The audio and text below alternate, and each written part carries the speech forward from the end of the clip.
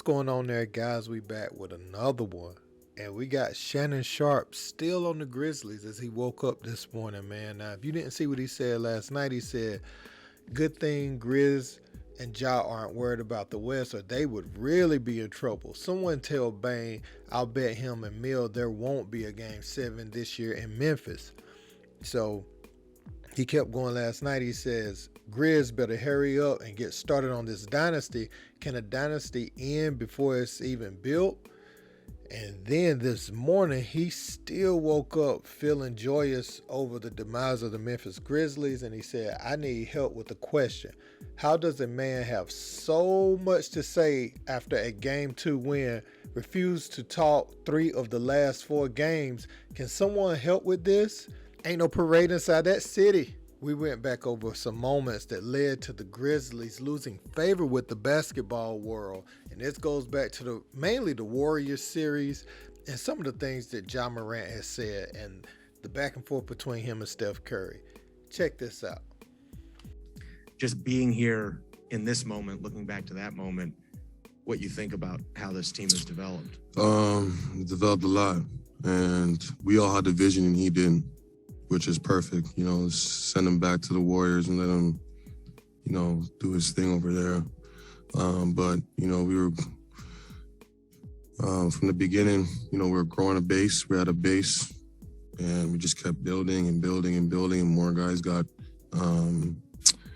on the train, and we were able to, you know, create something like this and, you know, keep building this dynasty. And well, coming off another win last night, Grizzlies guard Dillon Brooks apparently a little fed up about being asked about Iggy. He said, quote, I can't wait till we find a way to trade him so we can play him and show him really what Memphis is about.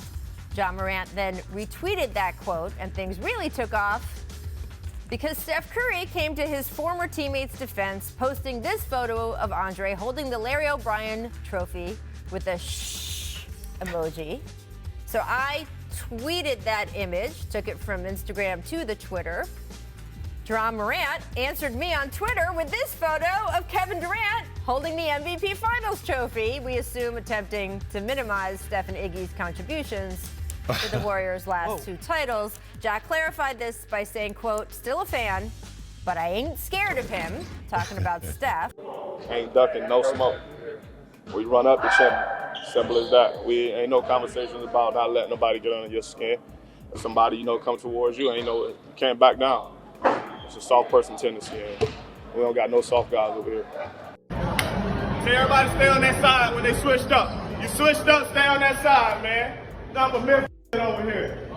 Memphis, yeah, you know what happened after every dub. Some 1-2 on that. Big Memphis. That was an impressive showing tonight. Hey, thank you. Appreciate it. You should give the mic to Draymond. Make him talk about me. What was that? Make him keep talking about me so I can play better. All right, guys. Grabbed him initially, then Brooks got there late with the swipe, and he clubbed him on the side of the head.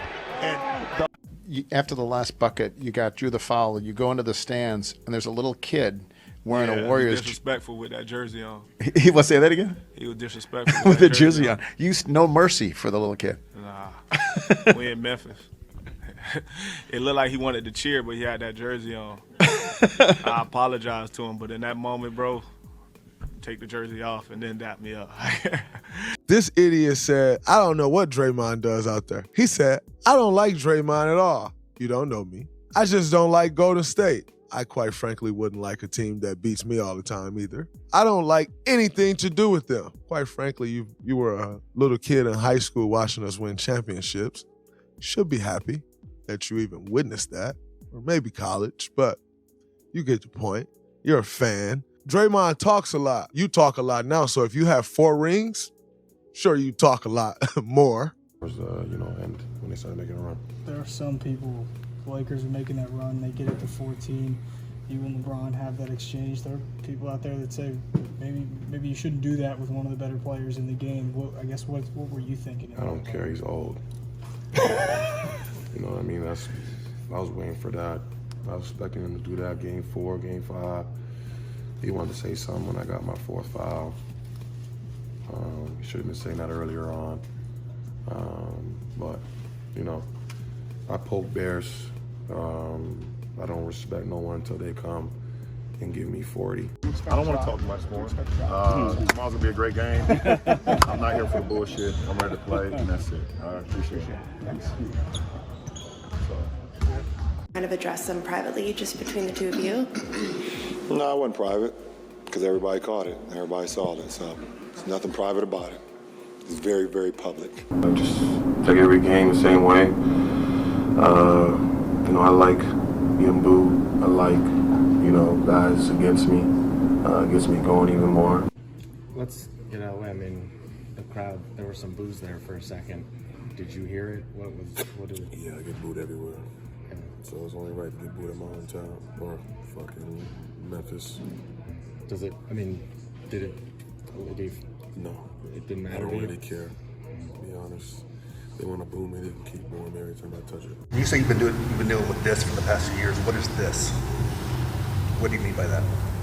The media making me a villain, the fans making me a villain, and then that just creates a whole different persona on me.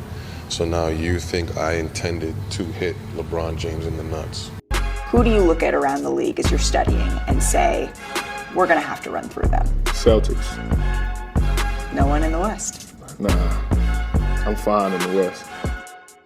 Ja, the I'm fine in the West comment's going to get thrown back in your face at this point. Yeah, I don't mind. I don't care. I said it. I deal with it.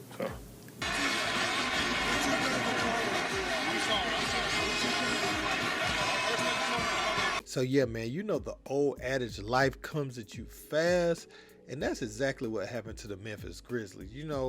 Dillon Brooks, Ja Morant's been talking, and you saw Dillon Brooks say, I love being the villain. I love when they boo me. And then it went to oh man, my home team booing me. Memphis, I get booed everywhere. Like it was wearing on him. And then that last clip he said, nowadays everybody paint me out to be a villain. They saying I tried to hit LeBron in the nuts. Boom, boom, boom. Then you got Ja having to go back on I'm good in the West and say, I said it, I have to deal with it, which is commendable. You have to deal with it because you can't run from it now. And the Grizzlies put some crazy expectations on themselves by talking so much. Now, nobody would be this thrilled for them losing. It wouldn't be this type of news for them to lose to Los Angeles Lakers with LeBron James and Anthony Davis, but the talking about the dynasty that was being built prematurely has made the basketball world unite against them. Everybody outside of Memphis pretty much is happy to see them go down. Some just want to see some humble pie served. Some just can't stand them at all at this point. So when you eat this humble pie, how are you going to respond? What's going to be your next course of action? Will Ja go back to the basics and rally all the troops and try to bring them in and say, look, man, we need to go back to the basics. What were we doing early on that allowed us to climb the ladder and to get into the conversation? Let's go back to that and drown out the noise in the background with all the talking, all the antics on social media. Let's do it different. Let's go back to the basics and become the grindhouse again. Well, they're going to have to make some changes to their roster, I feel like. Dillon Brooks is not that guy at the wing. Is Desmond Biceps Bane the two guard you want? Is his 20 points a real 20 points? And by that I mean, is he the type of guy where his points are impactful as a top number 2 guy? Because I'm looking at the playoffs and Malik Monk off the bench is making more of an impact on games than he is. You know what I'm saying? So is he a real number 2? Is he just the designated guy that gets shots because they don't have their real guy at the shooting guard position yet? And I feel like that's him. He's probably better suited to scoring 13, 14 a night on a good team, not closer to 20. And I look at Jaren Jackson. They're going to have to figure out, is he a big-time performer? Is he going to shoot that ugly three-point shot that looks like his father's shot? Is he going to keep shooting push shot threes and rebounding bad? Great shot blocker, great rim protector, but that's pretty much it. And AD was giving it to him all series. Then you got to worry about Tyus Jones leaving eventually, guys. best assist to turnover ratio in the entire association. You better believe there's some teams around the league like, you know what? When I get my team the way I want it to, I want Tyus Jones running the point. And they're going to come knocking, and you can't expect that man to want to be a backup behind Ja, who's younger than him, for the rest of his career. He knows what he can do at this point. He knows how responsible he has been for keeping the ship afloat when Ja's been out with injuries and load managing, his knee injuries and stuff, and going through, I ain't want to say his legal troubles, but, his suspension from the league and everything like that. So they need to have a great offseason. Ja needs to rally the troops, get together as often as possible, go see each guy individually on the roster, show up to the NBA draft, really get locked in with the organization all summer. We don't need to see him with CMG, Bread Gang, none of that. We don't even need to see that this summer. I ain't saying you don't need to be with him, but you don't need to make your social media littered with those type of posts all summer. You need to keep it very Memphis Grizzly this summer, if that makes sense. Now we also have video of when Coach K rolled up on Dillon Brooks, and he had a lot to say about Dillon Brooks, in a few words. I think Dillon Brooks hit a 3 late on Duke, and that was the team with Brandon Ingram. They knocked them off in the Sweet 16. He hit a 3 that they didn't need. Coach K went in the line and said, you too good of a player to be doing that. Dillon apologized, but Coach K ended up coaching Grayson Allen over the next 4 years after that. So some people feel like it's the right message, wrong messenger. You teach people certain tactics, kicking the legs out for threes,